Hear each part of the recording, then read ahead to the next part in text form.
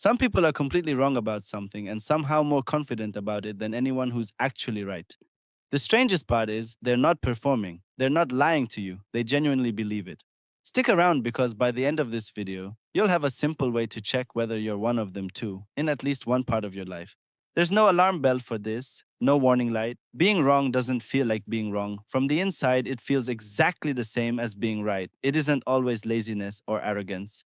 Sometimes it's a blind spot with really good lighting. Here's the mechanism, and it's simpler than it sounds. The skills needed to produce a correct answer are often the same skills needed to recognize one. If you don't have the skill, you don't just get the answer wrong, you also lose the ability to notice that it's wrong. Picture grading your own exam with an answer key you also wrote incorrectly. Every answer checks out because the same judgment produced the mistake and evaluated it. A bad writer can miss their own clunky sentences for the same reason. The tool doing the checking is the same tool that failed in the first place. That is the trap. The same judgment that creates the mistake is also being asked to detect it. In 1995, a man named MacArthur Wheeler helped rob two banks in broad daylight, with no mask and no real disguise. When police showed him the security footage afterward, he was genuinely stunned. He'd rubbed lemon juice on his face, convinced it would make him invisible to the cameras, the same way it works as invisible ink on paper. He wasn't lying, and he wasn't performing for the cops. He truly believed it. His confidence wasn't separate from the problem, it was produced by it, the direct result of not knowing enough to realize how wrong he was. That case caught the attention of psychologist David Dunning, who later published a series of studies with Justin-Kruger in 1999. Across those studies, people in the bottom quarter placed themselves around the 62nd percentile. Their actual performance was closer to the 12th percentile.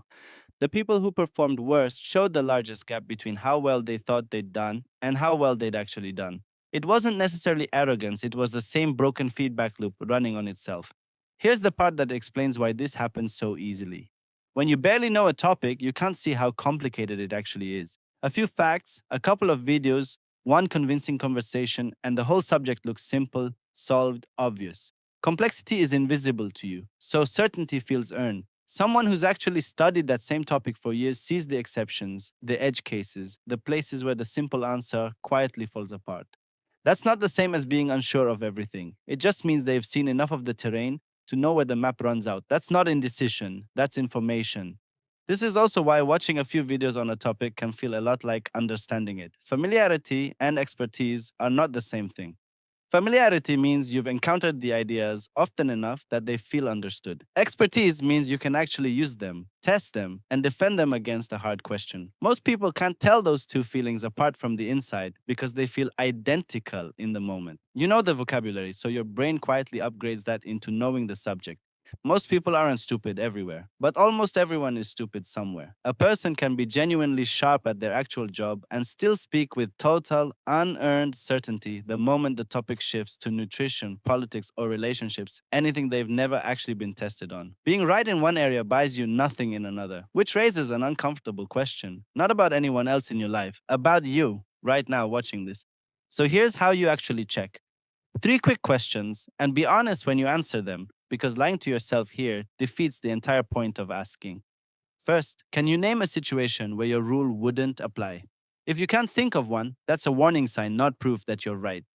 Second, can you explain the strongest argument against your position without making it sound stupid? If you can't, you probably don't understand your own position as well as you assume. Third, what specific evidence would actually change your mind? If the honest answer is nothing, you're not holding a belief anymore. You're holding certainty, and certainty was never proof of anything.